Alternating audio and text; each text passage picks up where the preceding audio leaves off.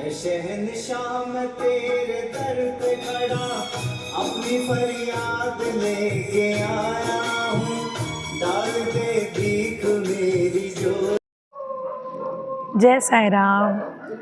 मैं भावना आचार्य। वैसे तो बाबा के बहुत बहुत बहुत सारे अनुभव हैं।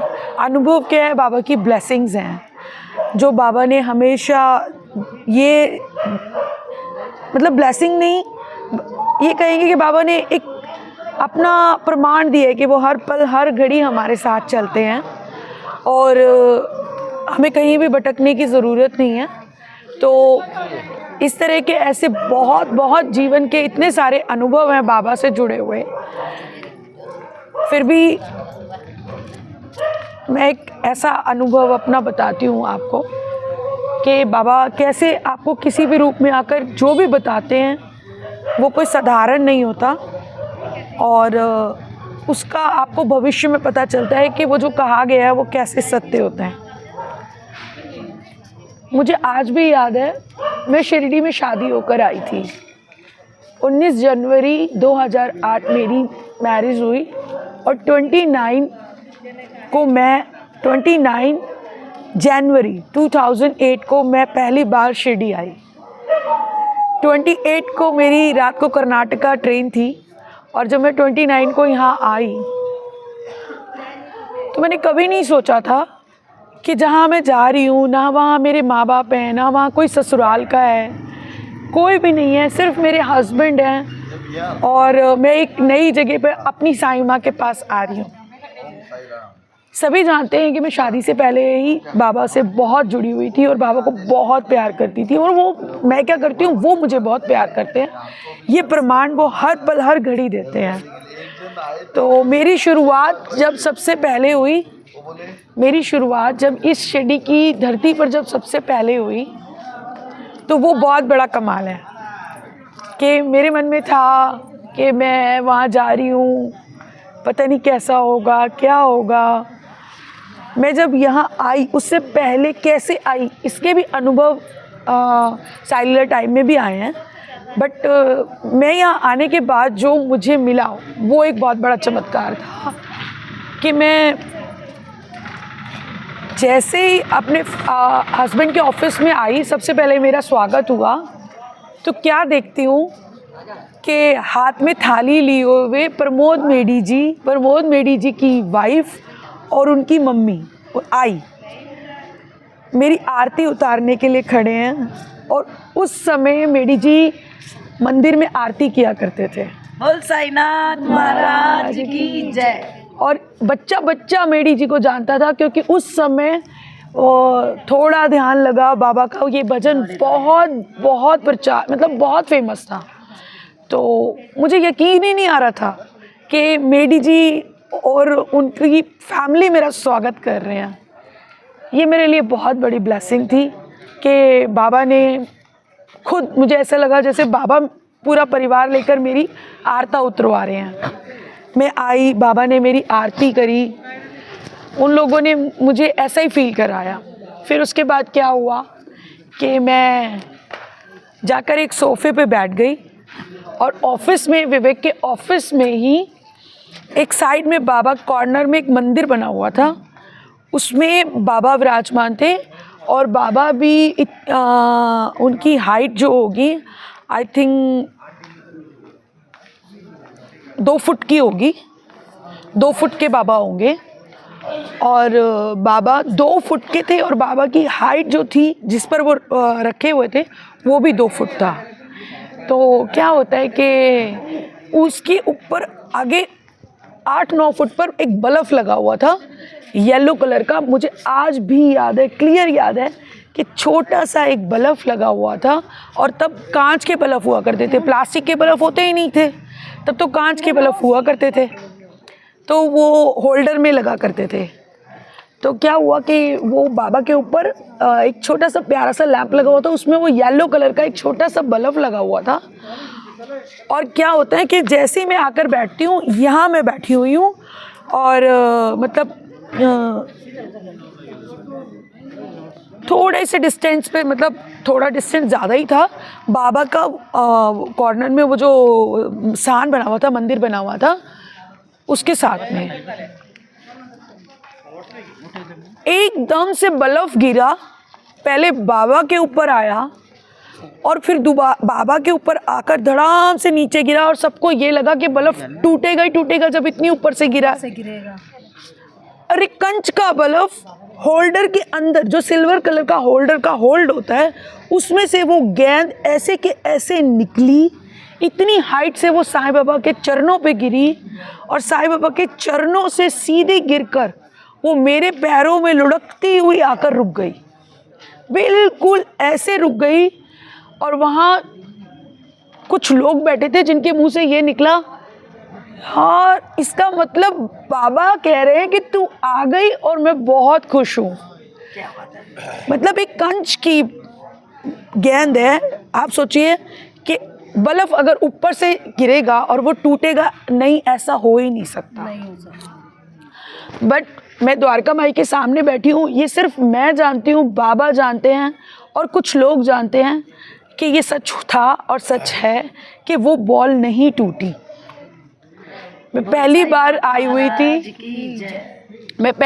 थी, बहुत घबराई हुई थी, न्यूली वेड थी, कुछ एज भी छोटी थी, तो अकल नहीं थी, तो मुझे ये बिल्कुल भी नहीं लगा कि मुझे उस बॉल को संभाल लेना चाहिए।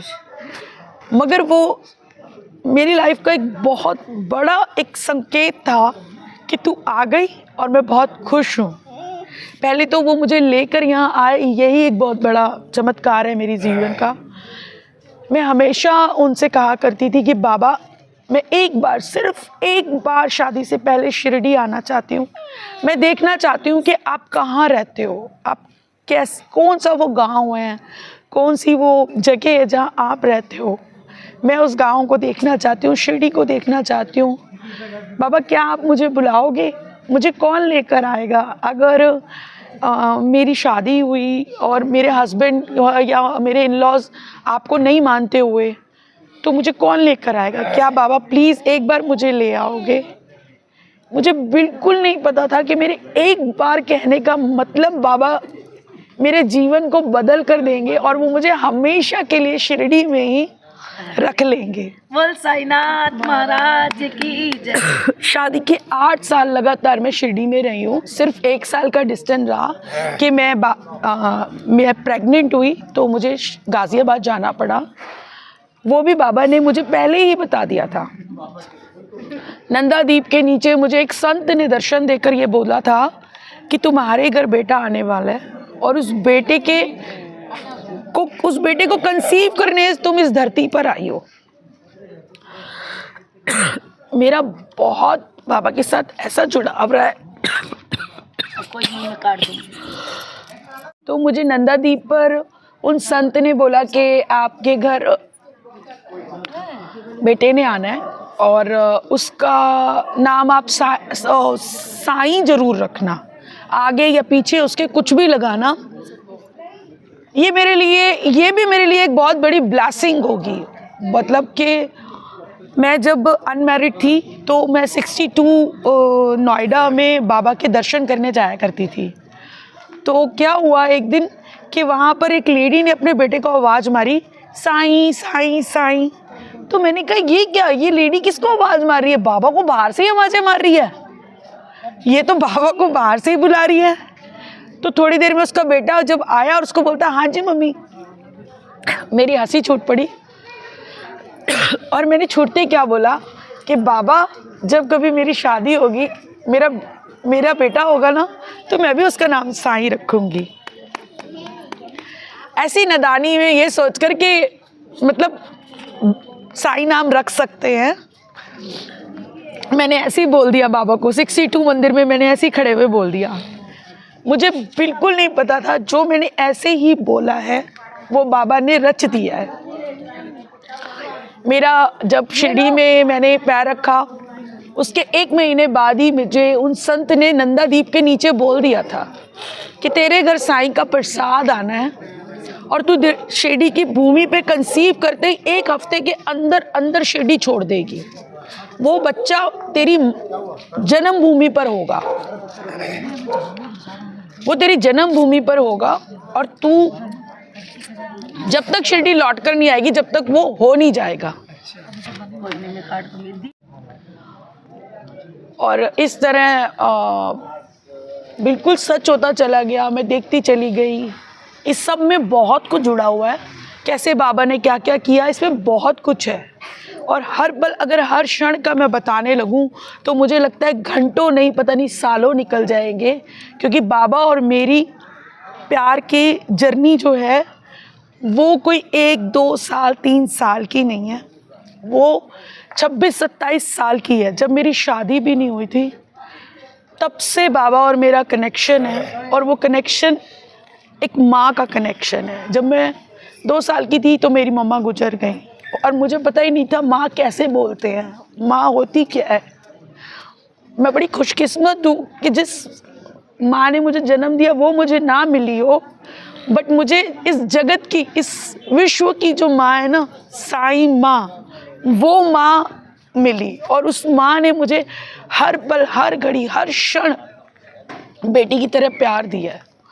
जो जो उसने मुझे बोला, जो जो उसने मेरे लिए किया, अगर मैं बताऊंगी तो घड़ियां कम पड़ जाएंगी, एक्सपीरियंस सारे ख़त्म होते चले जाएंगे, मगर ना उसका प्यार, ना उसका मेरे प्रति लगाव ख़त्म होगा। लोग आसानी से कह देते हैं कि हम बाबा को प्यार करते हैं, मैं भी ऐसी कहा करती थी, हम बाबा को प्यार करते हैं। दुख में, हर सुख में मैंने एक चीज़ सीख ली कि मैं बाबा को प्यार नहीं करती, बाबा मुझे प्यार करते हैं। बाबा मुझे प्यार महाराज की जय। वो मुझे प्यार करते हैं, तभी मैं आज यहाँ आऊँ। तो फिर ये बाबा का और मेरा जो रिश्ता है ना, ये मुझे कई बार ऐसा लगता है जैसे एक जन्म का नहीं है, पता नहीं कितने जन्मों का है, कितने जन्मों का है। बाबा हमेशा हमेशा वो करते हैं जो हम नहीं सोच सकते, और जो हम सोचते हैं वो बाबा कभी नहीं करते। बाबा हमेशा आपको गलत रास्ते से सही रास्ते पर ले जाने की कोशिशें करते हैं। बाबा का प्यार है वो जो कभी समाप्त नहीं हो सकता, और बस बाबा हमेशा अपनी करुणा ऐसे ही हम सब पर बरसाते रहें। यही मेरी सब उनसे प्रार्थना है कि जाने अनजाने हमसे अगर कोई भूल, कोई गलती हुई हो तो उसे हमारे को अपना बच्चा समझ के, नादान समझ के माफ़ कर दें, और हर किसी पर अपनी दया, अपनी करुणा ऐसे ही हर पल, हर क्षण बरसाते रहें।